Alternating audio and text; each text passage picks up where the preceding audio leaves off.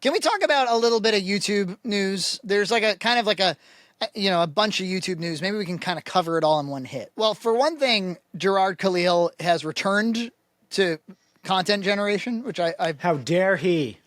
Right? Get the fuck out of here. I was surprised. I mean, only because I'm used to the way cancellations tend to go, which is there's like a cool off period, like a much longer cool off period. And maybe he just made the calculation where he's like, look, a lot of people hate me right now, and this is what I do for a living. And yeah, I might have lost a lot of subs, but I still have a lot of subs. And so steady as she goes. So he streamed, and he put up a Super Mario RPG, the remaster, and he did address it very briefly. Before we start today's video, I want to recognize that I know that I have lost a lot of your trust at home. And I want to spend as much time as it will take to rebuild and re-earn your trust. It's going to take time, but I'm willing to put in the commitment, and I hope you give me a chance. Anyway, here's Mario RPG. I mean, what are you going to do? It's what he knows. It's what he can do. He's just going to... I mean, eventually people will come back, and then he'll have a backlog that people will enjoy. Even since the last time we talked about it, the mob has died down considerably. Yeah, it was fashionable for a little bit, and then... It was real hot to make the kinds of thumbnails we were making. I still see some. Oh yeah, well, there's like one guy in particular. The guy's got a dirty, disgusting neck beard with one chicken bone on the right side and a chicken McNugget on the left side, and at the bottom of the neck beard tip is some little dab of sweet and sour sauce. They're like, are you kidding or are you not kidding? Jirard Khalil is a fat tub of fucking shit. Because this fat lard is too lazy to go to the bank and take out his checkbook with a friggin' cupcake on one side and a hamburger on the other side, take it out and friggin' donate $650,000 to that goddamn charity which he promised 10 friggin' years ago. There was a Pat the NES Punk episode that was like a full-length satire of the whole ordeal. You know, for somebody who had been in the same circles or friends with him or whatever, it was a little bit surprising that he would do that. But, you know, I just got to say, like, I've listened to my share of the CU podcast, Pat's podcast with Ian there. It's not my favorite content in the world, but sometimes, you know, it'll do for some video game talk or something. So when he's being a normal human, I can put up with it. You know, I think sometimes some of the, some of the Tommy Tallarico stuff is interesting. On the other hand, I think sometimes those guys are real sanctimonious about like consumers' rights. Where I'm like, I think you're playing this up for the camera a little bit, but neither here nor there. The thing I've never, if Flea Market Madness is a show not unlike Junt's Card or something, so I enjoyed one or two of those. The content that Pat makes, his flagship show, Pat the NES Punk, I find those to be chronically unfunny, terribly made, terribly performed, terribly paced, everything about it. I'm just like, this sucks.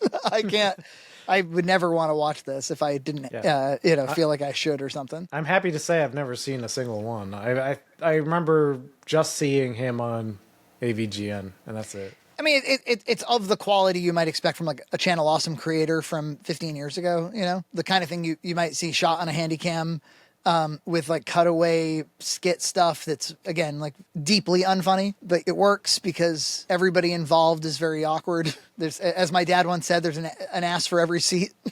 Yeah. He said that about my own movie. I showed him a good review of one of the movies, and he was like, hey, you know, there's an ass for every seat. Thanks, Dad. Thanks, Dad. I'm glad you get it. He makes this Pat the NES Punk episode. It's called like Pat's Charity Fraud or something. The premise was that Pat, in some way, stole donations that were meant to go to buying Italian pastries. Oh my God, I forgot to order the pastries. The internet's going to turn on me. And it's otherwise just basically a recreation of the entire ordeal from, like, he's got this awkward older guy that is his friend named Frank, and Frank is kind of the Carl in the situation where he's like we expected that you were going to spend that money on donuts and on Italian pastries, and he's like this quick math that I've done in this text document on my computer shows that you didn't. Look what I calculated. Patrick received 147 total for the pastries, but look what I've discovered. $0 went to cannolis, 0 for Shruyadels, 0 for Rambalas. And this Webster's Dictionary term, indicates that you are going to go to jail. It was pretty funny. Pretty good. Now, this definition came from desertscams.com. Dessert fraud is when someone takes advantage of a charitable or nonprofit bakery for their own personal gain. It would cut to Pat, like, in his living room, soliciting donations on the kind of stream that Khalil was always on, all the clips from the streams. Bits, donations, subs, buy the cannoli t-shirt, buy the indie desserts, all that stuff. All of it is going to the benefit of helping Frank for this pastry event. It was like, all of the money is going to go to Italian pastries, and like not 1 cent of it's going to go anywhere else.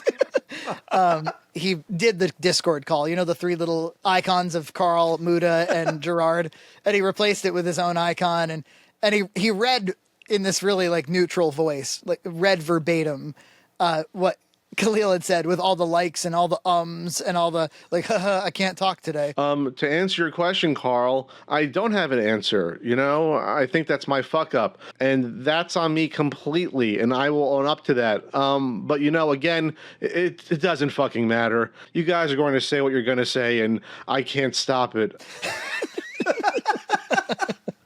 It was pretty funny. It's pretty clever. It's 26 minutes, and by the 7th minute, you're like, okay, I get it. I get it. And it goes on and on and on. It's not well paced or anything. So, but I definitely thought some of it was funny and good on him for, it's like the power of good satire, right? Like he totally made fun of all sides involved. Everybody being a little ridiculous. He was cutting away to like Raid Shadow Legends commercials in the middle of it. And Before I tell you how Pat got his money for pastries, let's talk about War Machines, Battle Tanks game. Do you like blowing stuff up?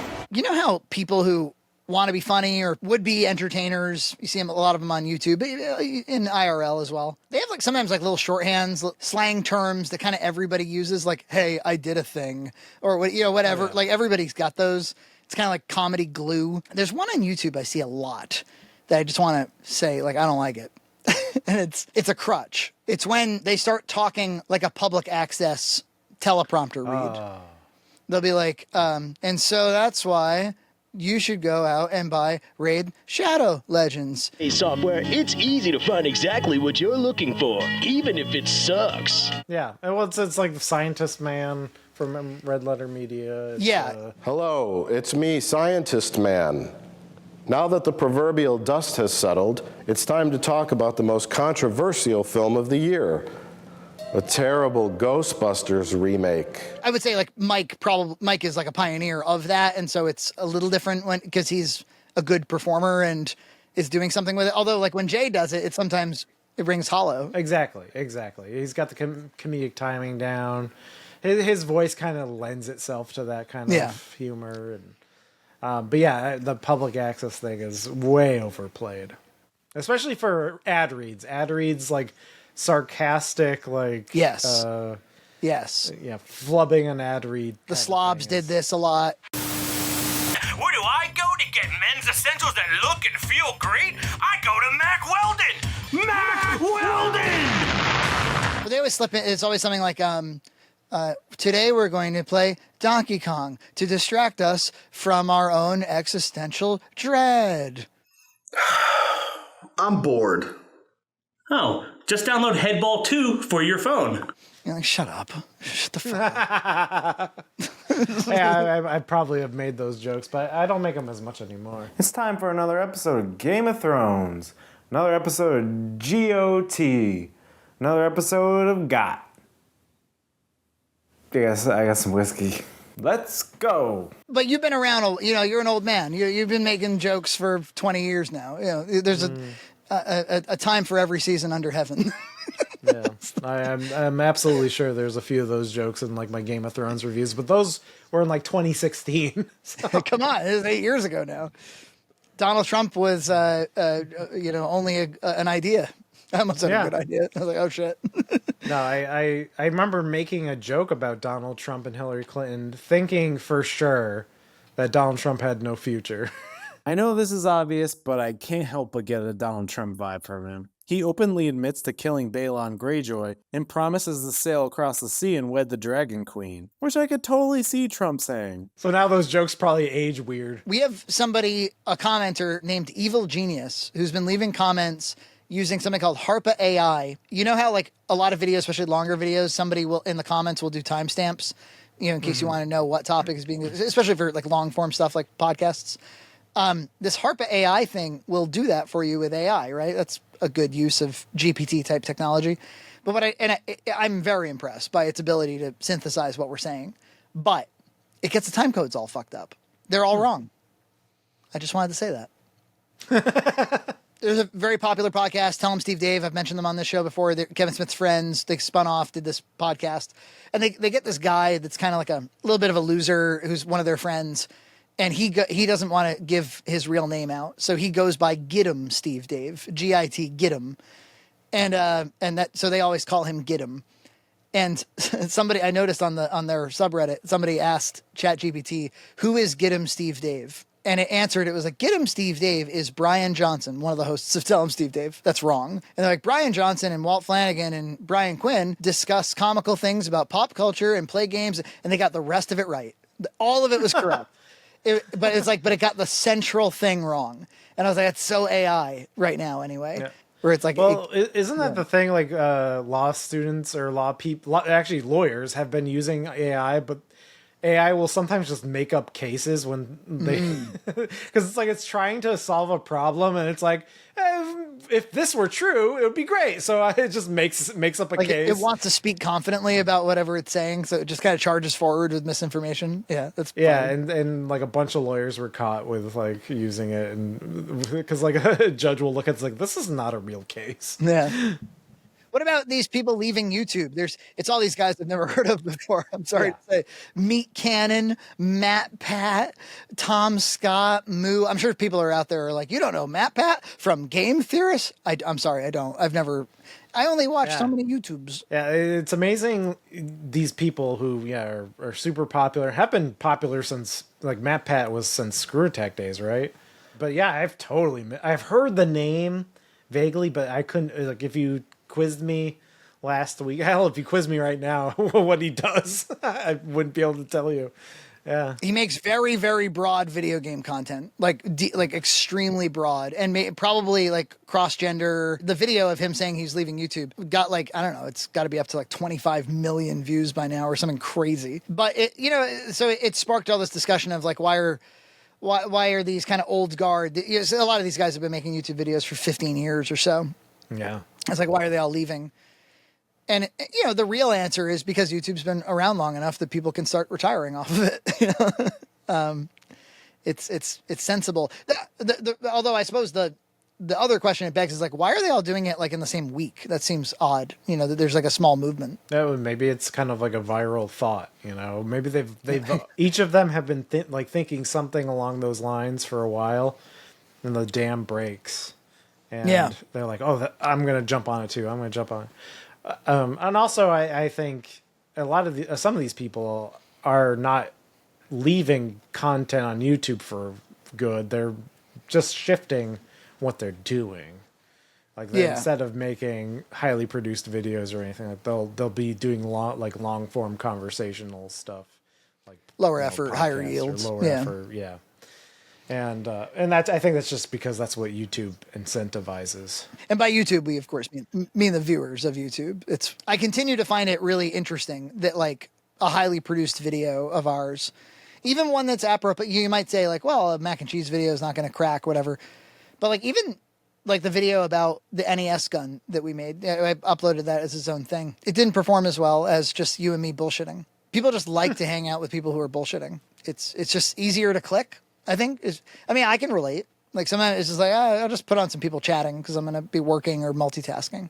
That's why. Yeah. If I'm multitasking, it's more annoying if I have to like pay attention to visuals or something. So like rewind and be like, oh wait, what were they doing? What were they saying? Yeah. If I can just be like, oh, here's the topic. I click on it. The topic starts immediately.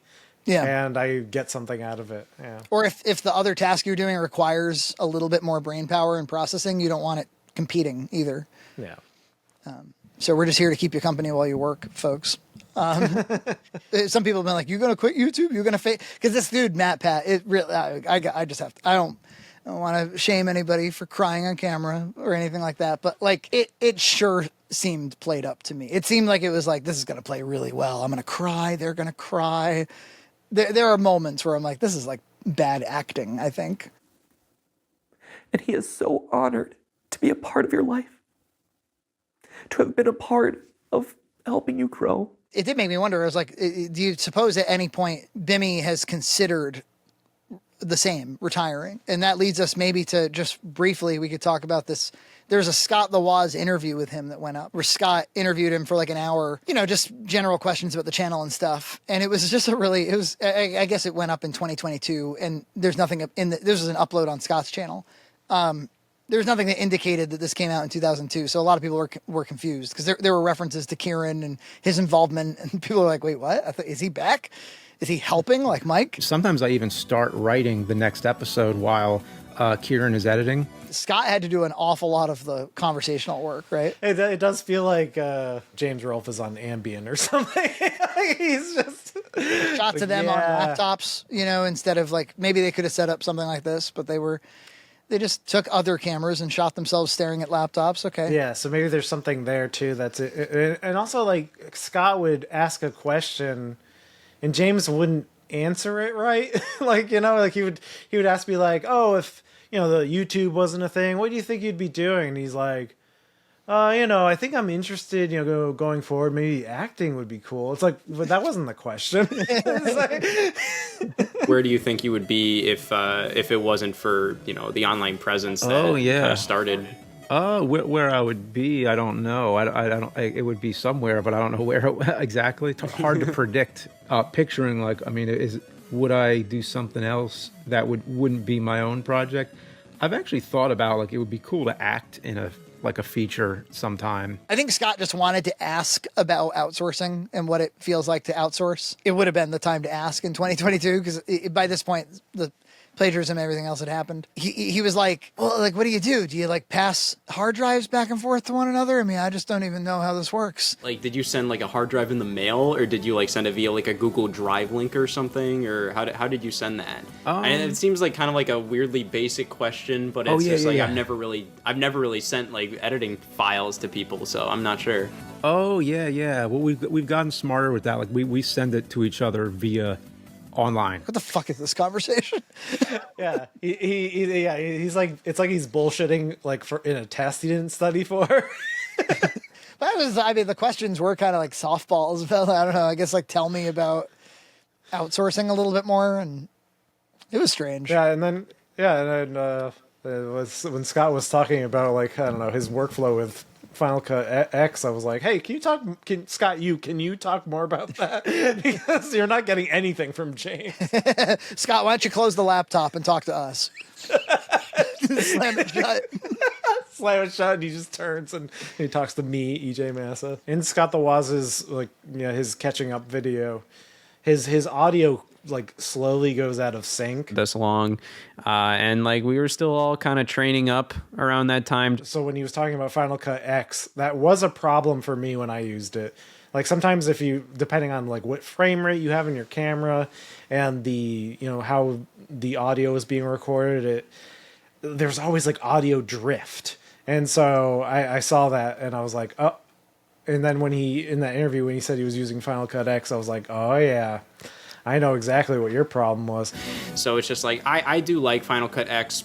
And which I used it for when I edited that video when we were talking about it. And I thought for a moment, should I correct his audio? Because it was bothering me, but I just liked it. I almost asked you. I was like, why not just fix it, But then I would have to look at his lazy lips opening and... There's just one more quick thing in general YouTube news. There is a YouTuber who I keep getting recommended. It's retro game content. His name is Fortefyre, Fortefyre. It's the same exact photo of him holding some video games and then a different background every time. The topics are top 10 overrated NES, top 10 underrated NES, top 10 cheap NES. It's just, kind of rotating the deck chairs on the Titanic. just that same thumbnail. But what makes it a little bit more odd is it's him. It's a photo of him holding the games, but he never appears on camera in the video itself. So this is the only glimpse of him I get is in the shitty thumbnails. But anyway, it seems like the algorithm is smiling upon him. I don't think he's blowing up or anything, but the videos I keep getting recommended are in the 10,000 to 20,000 view range. And he mentions in all of them, he's like, hey, I've noticed that 97%, he shows a quick clip from his analytics. 97% of viewers to my channel are not subscribed. So it'd be really great if you could subscribe. Yeah. And I was like, well, that's really interesting that like there's people are clicking, people are watching. Maybe he has decent retention. I don't know, like watch retention, but nobody's like, okay, this is worth sticking around for more. I want to see more when they come up.